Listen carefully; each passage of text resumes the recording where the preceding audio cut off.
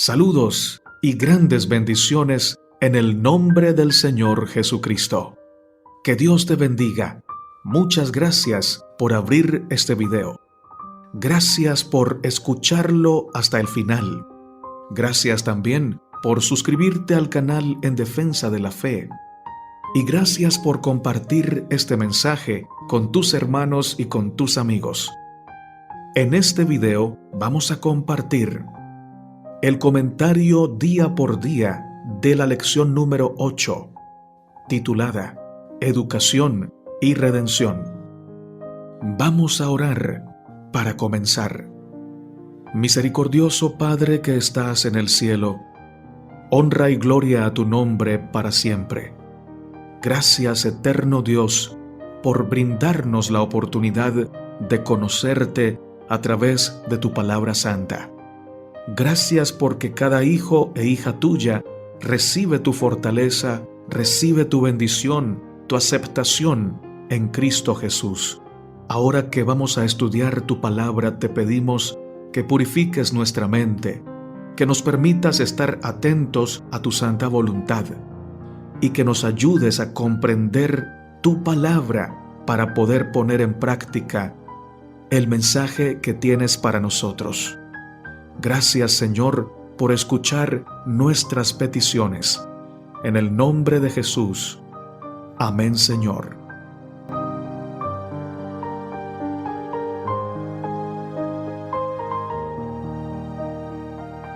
Lección para el día sábado. Educación y redención. Para memorizar. Toda la Escritura es inspirada por Dios y útil para enseñar, para redarguir, para corregir, para instruir en justicia. Segunda de Timoteo 3:16. Es importante tener en cuenta la raíz, el fundamento de las dos palabras principales de la lección de esta semana. Por lo tanto, veamos desde un punto de vista etimológico el significado de educación y de redención. Por un lado, la palabra redención viene del latín redemptio y significa acción y efecto de librar a una persona de una obligación. Sus componentes léxicos son el prefijo re, que significa reiteración, movimiento hacia atrás o hacia la inversa. Emere, que significa tomar, obtener, también comprar y ganar. Y también tiene el sufijo sion, que significa acción y efecto. Por otro lado, la palabra educación significa enseñanza, acción y efecto de desarrollar las facultades intelectuales y morales. Y viene del latín educatio, que significa crianza, entrenamiento, educación, derivado del verbo educare, que significa nutrir, criar, educar. Este verbo, a su vez, deriva de educere, que significa guiar, exportar, extraer. La inspiración define la educación describiendo su objetivo y dice categóricamente: educar es redimir. Sobre la obra de la redención, la inspiración nos dice: la obra de la redención debía restaurar en el hombre la imagen de su Hacedor, hacerlo volver a la perfección con que había sido creado, promover el desarrollo del cuerpo, la mente y el alma, a fin de que se llevase a cabo el propósito divino de su creación. Libro La Educación, página 12 y 13. También podemos encontrar el pasaje en el libro La Maravillosa Gracia, capítulo A Imagen de Dios. En la lección para esta semana, con la ayuda del Señor, vamos a estudiar la forma en la cual estos dos conceptos están ligados y el por qué son importantes para nuestra vida cristiana. Recordemos que el propósito principal de nuestro gran Maestro Cristo Jesús es el de guiarnos por el camino hacia la salvación, por la cual Él pagó un alto precio. Es valiosa la inagotable paciencia de nuestro Dios para con nosotros. En numerosas ocasiones somos alumnos rebeldes, desobedientes, poco agradecidos con la enseñanza que recibimos. Y aún así, el Señor nos recibe en su inmensa misericordia y nos explica de nuevo lo que debemos hacer. Él nos perdona, Él nos restaura y coloca en nosotros el querer como el hacer para andar en la senda de la santidad. No existe mayor amor por la educación en el ámbito cristiano que esta demostración del Salvador, que sin lugar a dudas nos debería persuadir a ser mejores, a valorar de una forma adecuada todas las bendiciones que recibimos a diario. Constantemente mucha gente desprestigia el valor que tiene la educación cristiana, en el proceso de la redención especialmente. A veces con nuestra actitud, que tiende a ser mediocre, desprestigiamos el valor de la educación para la redención de nuestra vida. Llegamos a creer incluso que no es necesario poner de nuestra parte porque ya Dios lo ha hecho todo. Muchos llegamos a la conclusión que ni siquiera tenemos que orar, que no hay que leer la Biblia, que no hay que hacer obras santas, obras de amor, obras justas. Cristo ya lo ha hecho todo. Eso, mis amados hermanos, es una actitud de mediocridad. Porque cuando alguien sabe que Cristo lo ha redimido por su sangre, que Cristo pagó con su vida la culpa por el pecado, que con su sangre selló nuestra salvación y nuestra redención, no pensará, ya Cristo lo hizo todo. Yo no tengo nada que hacer, no voy a hacer nada. No tengo ni siquiera que agradarlo porque Él me ama tal como soy. Eso es una mala actitud que no viene de Dios, porque el que se sabe amado y redimido por Cristo no pregunta qué es lo menos que puede hacer para agradar el corazón del Señor, sino que quiere hacer lo máximo. Pregunta, ¿qué puedo hacer para agradar a mi Maestro, para manifestarle mi amor y mi total gratitud? Obedece no para comprar el amor del Señor.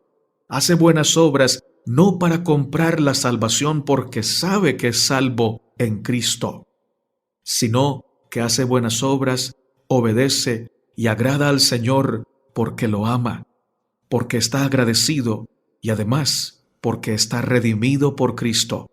Y alguien redimido por Cristo vive como redimido, vive como salvado, mostrando en su vida, en su rostro, en sus actos, en sus palabras, en sus actitudes, el sello del carácter de Dios.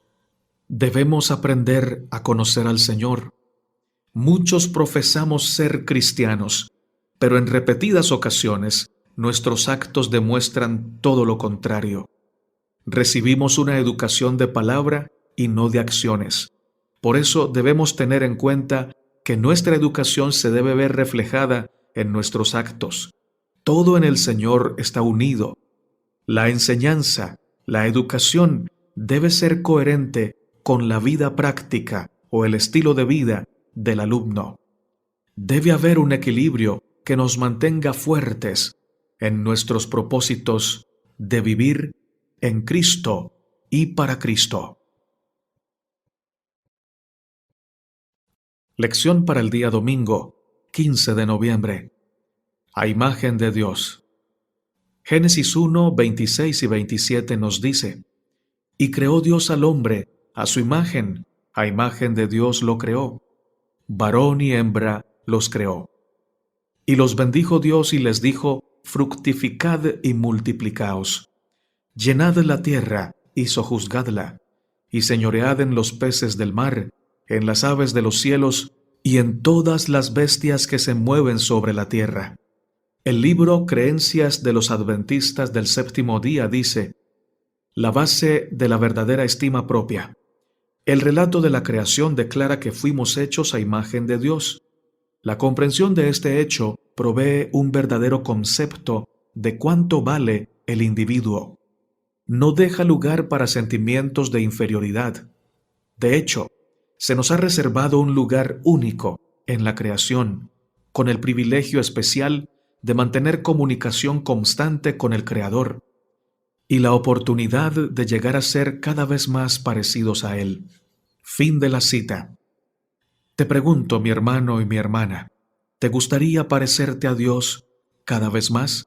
Si en algún momento de nuestra vida nos sentimos despreciados, apartados, rechazados, este es el momento para que levantemos nuestra vista al cielo y podamos agradecer por el más alto privilegio y honor que podamos tener. Ser creados a la imagen de Dios tiene un significado trascendental para nuestra vida. En ocasiones desestimamos este significado. Por ejemplo, cuando nos sentimos poco valiosos, cuando creemos que somos feos, que somos brutos, que no tenemos sabiduría, que no tenemos inteligencia, que no seremos capaces de cumplir la voluntad de Dios, la que Él tiene preparada para nosotros. Todo esto es desvirtuar la imagen que Dios ha puesto en nuestra vida. Cuando creemos que no podremos vencer el pecado, estamos desvirtuando la imagen que Dios ha puesto en nosotros.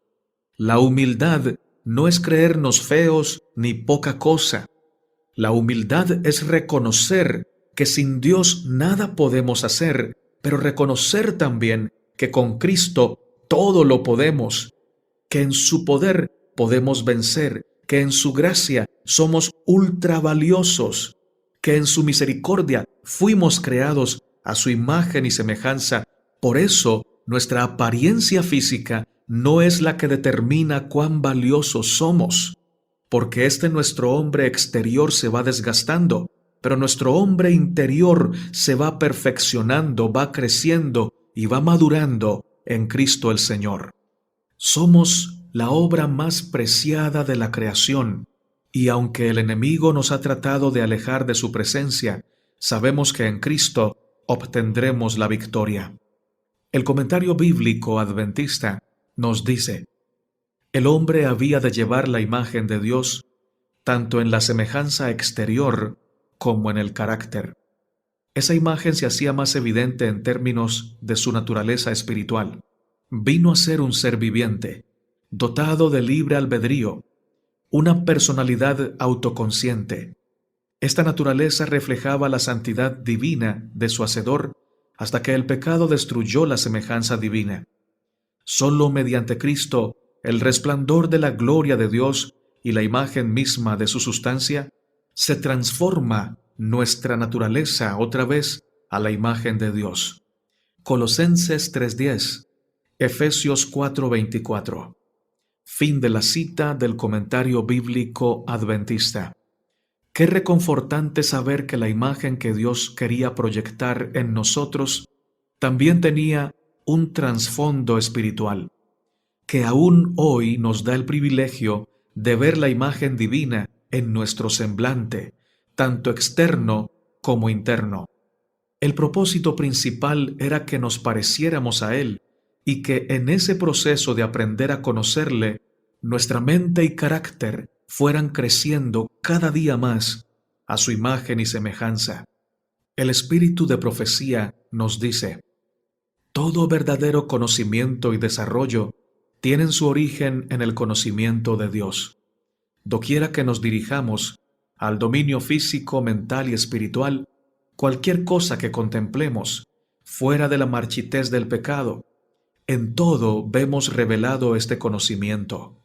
Cualquier ramo de investigación que emprendamos, con el sincero propósito de llegar a la verdad, nos pone en contacto con la inteligencia poderosa e invisible que obra en todas las cosas y por medio de ellas. La mente del hombre se pone en comunión con la mente de Dios, lo finito con lo infinito. El efecto que tiene esta comunión sobre el cuerpo, la mente y el alma sobrepuja toda estimación. Libro La Educación, página 14. Lección para el día lunes 16 de noviembre. Jesús como Maestro. Maestro es un sustantivo que proviene de la palabra latina magister. El vocablo magister está compuesto por el adverbio magis, cuyo significado es más. Precisamente el maestro es la persona que se dedica a compartir sus conocimientos con otros. Al conocer el significado de la palabra maestro, podemos inferir una de las principales labores que Jesús vino a realizar a este mundo. Vino a instruir, a enseñar, a educar, a disciplinar, a mostrarnos el amor del Padre para con sus hijos por medio de su santa palabra. ¿Qué mejor ejemplo podemos encontrar de maestro que el ejemplo de nuestro Redentor, el excelso Maestro Cristo Jesús? En el Maestro Celestial nunca fue hallado pecado y siempre anduvo bajo los preceptos divinos. De él emana todo entendimiento y sabiduría. Es la fuente inagotable de poder a la cual podemos acudir en todo momento. El diccionario bíblico adventista dice que la palabra maestro era un título que se le atribuía a Jesús y que regularmente eran los discípulos quienes lo llamaban de esa manera. Es precisamente una constante relación con el Maestro y Salvador la forma más acertada de conocerle. Era de esperarse que sus discípulos lo vieran de esa manera al estar en continua comunicación con el Maestro Divino.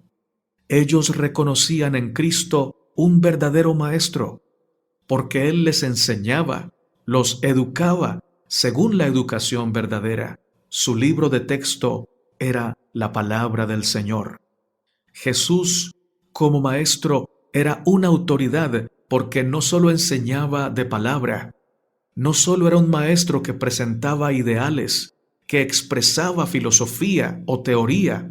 No, él era un maestro que enseñaba sobre todo con su vida práctica.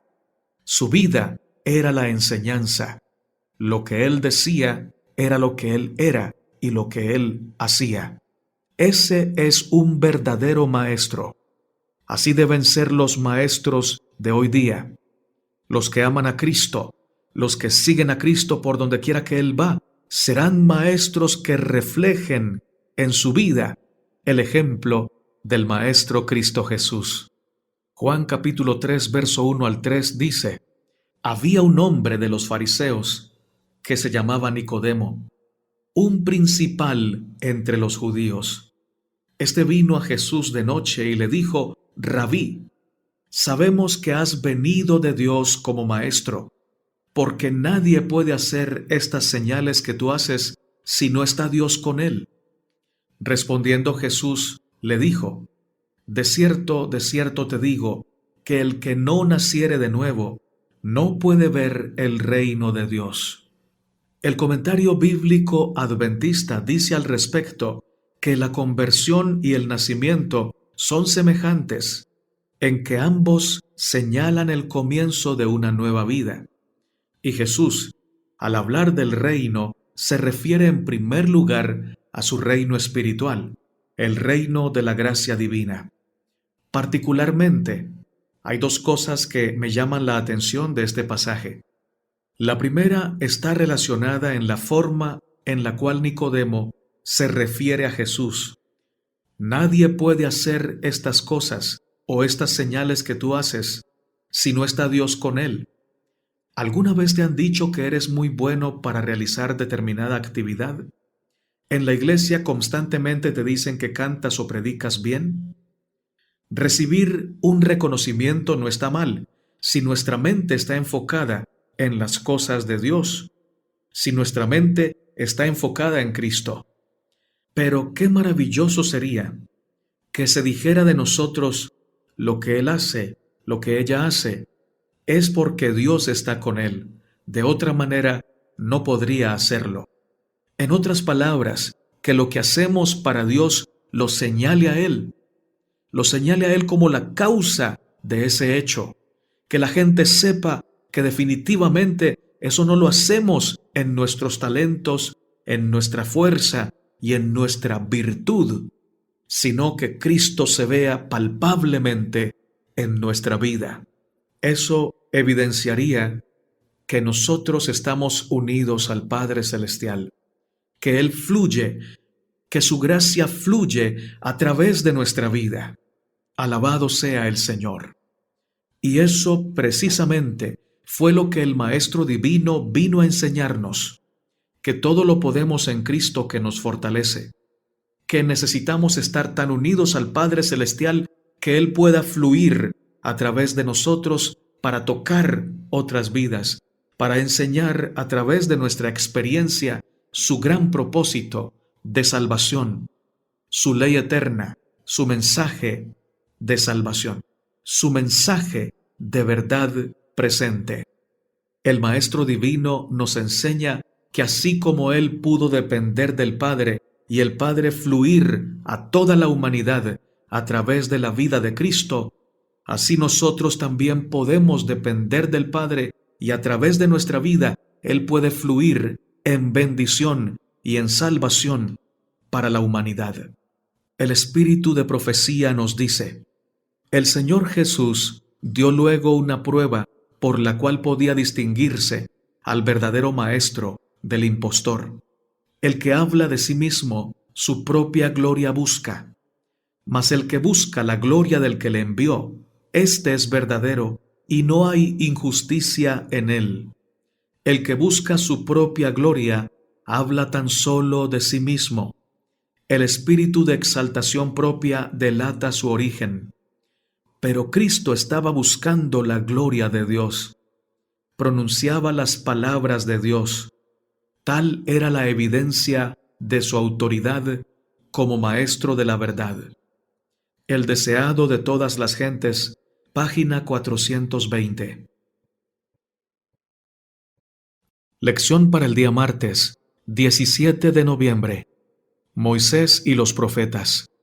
Acerca de 2 de Timoteo 3, 14 al 17, el comentario bíblico adventista nos dice: el propósito esencial de la Biblia no es únicamente registrar historia, ni siquiera describir la naturaleza de Dios. La Biblia fue escrita para mostrar a los hombres cómo pueden ser salvados de sus pecados. En el mundo hay muchos escritos que pretenden ser sagrados, pero la Biblia es el único libro que indica con seguridad el camino de la redención del hombre. Solo la Biblia revela cómo los hombres pueden romper las ataduras de los hábitos pecaminosos y encontrar el perdón de Dios. Por eso, el primer deber del hombre debe ser entender la Biblia por sí mismo. De acuerdo con 2 de Timoteo 3:16, la Escritura tiene el propósito de enseñar, redarguir, corregir e instruir. El propósito de Dios al dejar su mensaje escrito fue, en gran medida, la instrucción y enseñanza. Debe ser por esta razón que el término hebreo Torá, además de traducirse como la ley o leyes, puede también ser traducido como instrucción o enseñanza. Por tanto, toda la Escritura, como afirma Pablo, tiene el propósito de educar. La educación ha sido un plan diseñado por el Creador, y la educación tiene como propósito restaurar la imagen de Dios en el hombre. Curiosamente, la Biblia utiliza diversos métodos para instruir, y no se limita a un manual específico de cosas permitidas y prohibidas.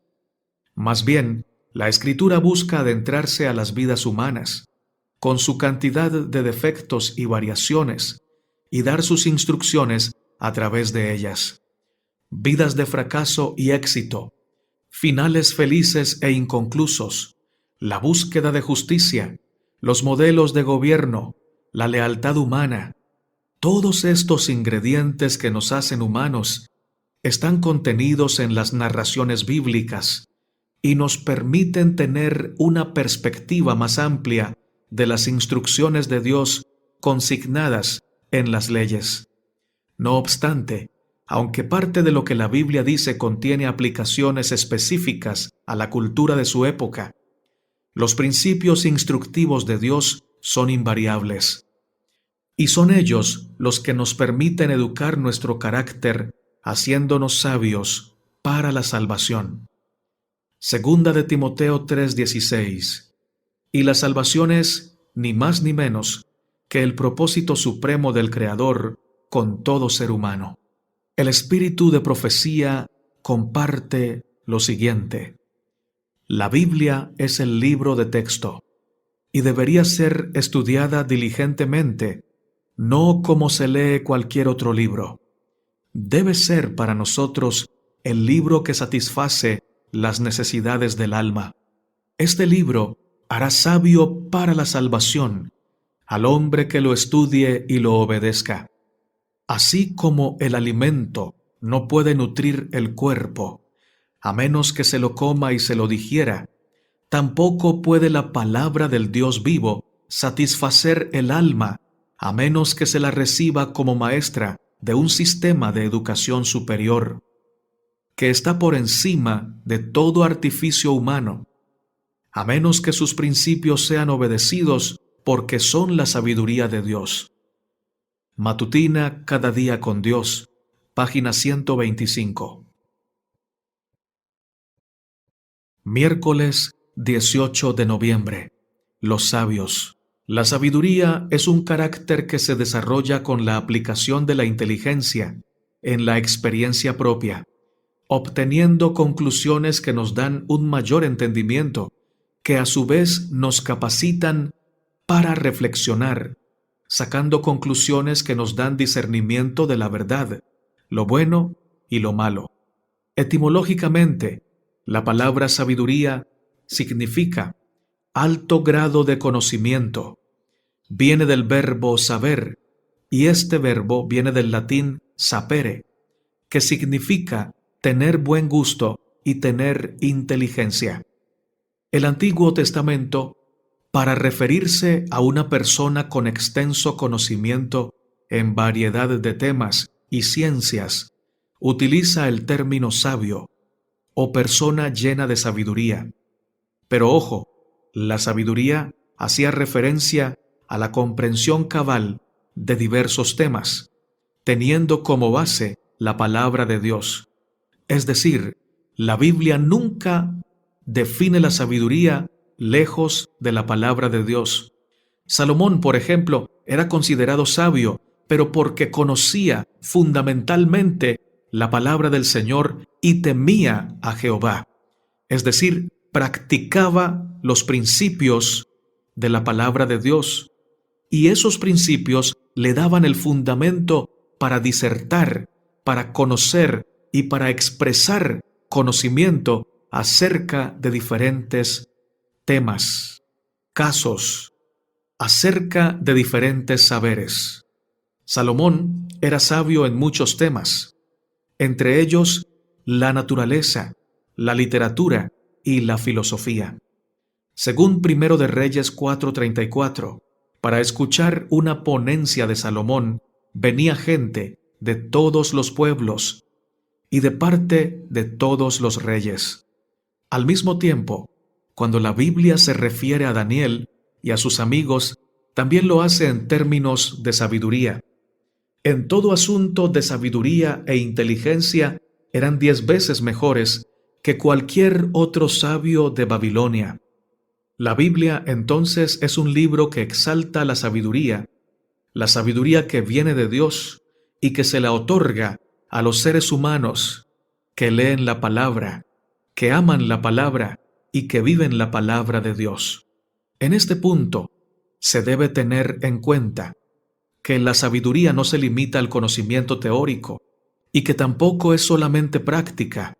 La sabiduría, al parecer, exige un equilibrio y coherencia entre lo que se sabe de teoría y lo que se hace en la praxis o la práctica de la vida. Y es en este aspecto en que Dios quiere capacitarnos y habilitarnos, en que le conozcamos como el Dios supremo a través de la Biblia, y al mismo tiempo vivamos conforme al conocimiento adquirido, porque el propósito supremo del Creador es hacernos sabios para la salvación. Segunda de Timoteo 3:15. Se puede dar el caso de que algunas personas que no tengan conocimiento según el mundo sean consideradas sabias según Dios. porque son sabias bajo el concepto divino, conocen la ley de Dios, viven los principios de esa ley, y para Dios estos son sabios, aunque para el mundo sean necios o poca cosa. Y qué privilegio ser considerados por Dios como sabios, aunque el mundo nos considere necios. Dios te bendiga, hermano y hermana, porque eres sabio para la gloria del Señor. El espíritu de profecía nos dice: el hecho de que el conocimiento solo, puesto en manos del enemigo de todo bien, puede ser un poder que los destruya, debe quedar grabado en la mente de los alumnos. Quien finalmente se declaró en rebeldía fue un ser muy inteligente, que ocupó una posición muy elevada entre la multitud de ángeles, y más de una mente privilegiada está ahora cautiva de su poder. El conocimiento santificado que Dios imparte es de la mejor calidad y hablará de su gloria. Testimonios para la Iglesia, tomo 4, página 414 y 415. Esto, mis hermanos, quiere decir que el que tiene el verdadero conocimiento en su vida jamás se exaltará, jamás tratará a los demás como inferiores a él, nunca mirará a los otros por encima del hombro, nunca tratará a los demás como si fueran insignificantes, porque el verdadero conocimiento de Dios, la verdadera sabiduría del Señor, nos pone en perspectiva, es decir, nos muestra que el único grande es Dios y que todos los demás estamos al mismo nivel en el terreno de la cruz de Cristo. Es más, la persona sabia siempre considera a sus semejantes como superiores a sí mismo, porque en cada semejante ve al superior, que es Cristo Jesús, y lo trata como tal. Jueves 19 de noviembre. La educación en la iglesia primitiva. Primera de Corintios capítulo 2, versos 6 al 9 nos dice: sin embargo, hablamos sabiduría entre los que han alcanzado madurez y sabiduría, no de este siglo, ni de los príncipes de este siglo que perecen, mas hablamos sabiduría de Dios en misterio, la sabiduría oculta, la cual Dios predestinó antes de los siglos para nuestra gloria, la que ninguno de los príncipes de este siglo conoció, porque si la hubieran conocido, nunca habrían crucificado al Señor de gloria. Antes bien, como está escrito, cosas que ojo no vio, ni oído oyó, ni han subido en corazón de hombre, son las que Dios ha preparado para los que le aman. Con respecto a esto, el comentario bíblico adventista nos dice: todo lo que Dios haya ideado para los suyos está incluido en esta abarcante expresión. Esta afirmación se refiere, en primer lugar, a todo lo que proporciona el Evangelio para el bienestar y la felicidad del pueblo de Dios en esta tierra. El perdón de los pecados, la justificación y la santificación, el gozo y la paz que la gracia de Dios imparte al creyente y su liberación final de este mundo malo y perverso. Por extensión, también abarca las inexpresables maravillas, bellezas y gozos del reino de la gloria de Dios, el hogar eterno de los salvados. Todo ese conocimiento está mucho más allá de todo lo que los hombres puedan conocer fuera del Evangelio de Cristo. Muchas veces en el estudio de la palabra se pasa por alto a un personaje fundamental, el Espíritu Santo. El Señor Jesucristo, antes de su crucifixión, tenía plena conciencia del vacío que dejaría en la vida de sus discípulos cuando se fuera al cielo, pues habían convivido los últimos 3 años de sus vidas y no les resultaría para nada fácil que las cosas cambiaran tan repentinamente. Fue por eso que Jesús no dejó a sus discípulos solos, huérfanos en esta tierra, y sin Él, aunque sabían que el Señor desde el cielo siempre estaría atento a sus necesidades y a sus clamores, ellos necesitarían también la presencia constante y literal del Señor. Y esto el Señor lo suplió a través de su Santo Espíritu, el Consolador, un maestro, un guía, que aliviara las cargas que ellos tendrían que llevar cuando el Señor Jesucristo no estuviera. Después de su regreso al trono celestial, los retos que esperaban a los apóstoles nunca pudieron haber sido sobrepasados sin la elocuente ayuda del Espíritu Santo, quien fue, es y será aceite para las heridas que deja esta vida tormentosa en los cuerpos de los seguidores del Maestro. Pero también fue, es y será el Maestro Divino que conduzca a los hijos e hijas de Dios a toda la verdad y nos anuncie lo que ha de sobrevenir a esta tierra.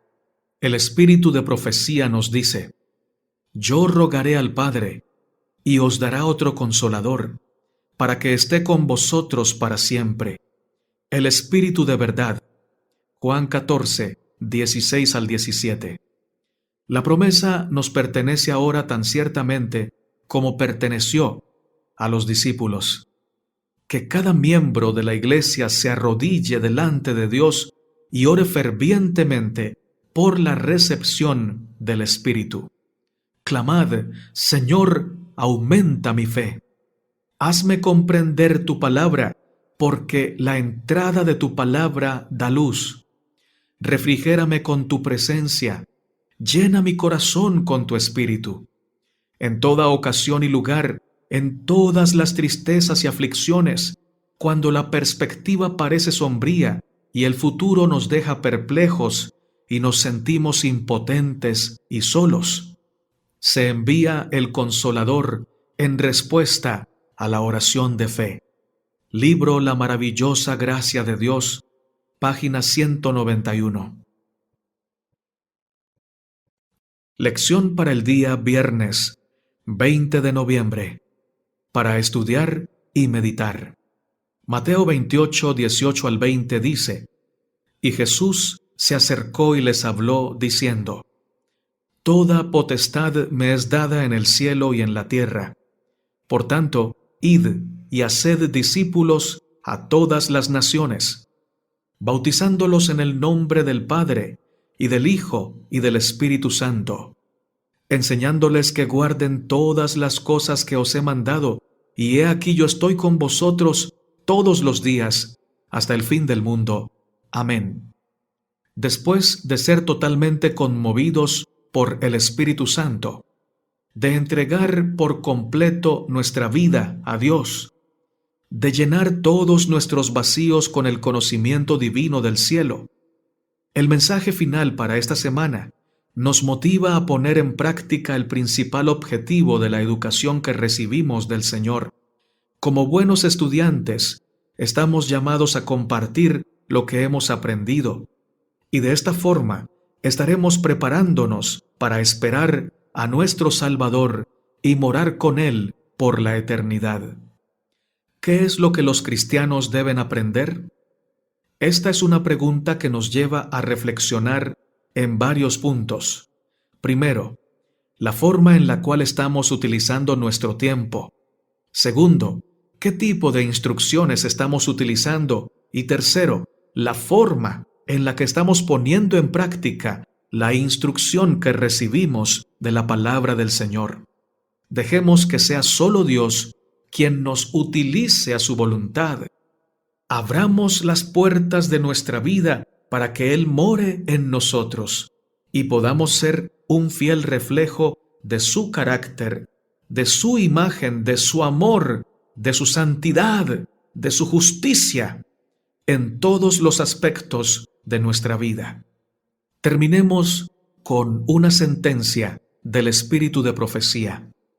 La única seguridad para cualquiera de nosotros consiste en plantear firmemente nuestros pies sobre la palabra de Dios y estudiar las Escrituras, para hacer de ellas nuestra constante meditación.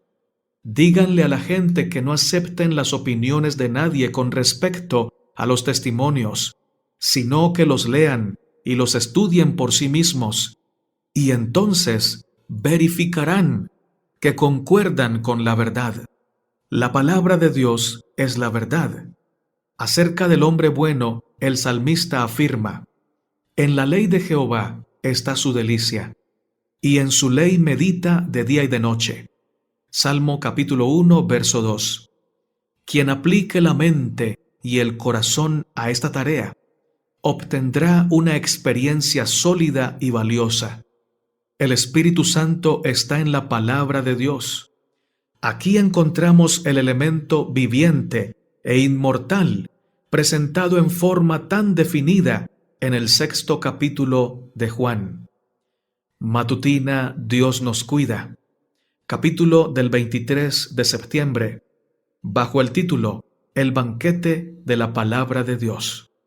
Vamos a orar para terminar. A ti, Alfa y Omega, Dios Todopoderoso, Rey del universo, damos honor, gloria y alabanza para siempre.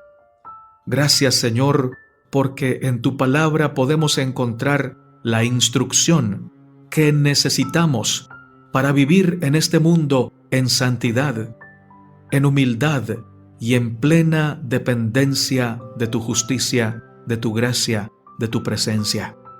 Gracias, Padre, porque eres nuestro Maestro, porque a través de tu misericordia nos hemos matriculado en tu escuela perpetua, eterna y verdadera.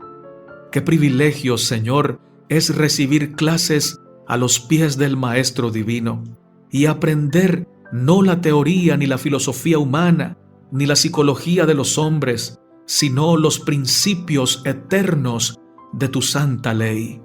¡Qué gozo y qué gratitud experimentamos cuando nos sumergimos en el conocimiento y la sabiduría que viene de tu corazón!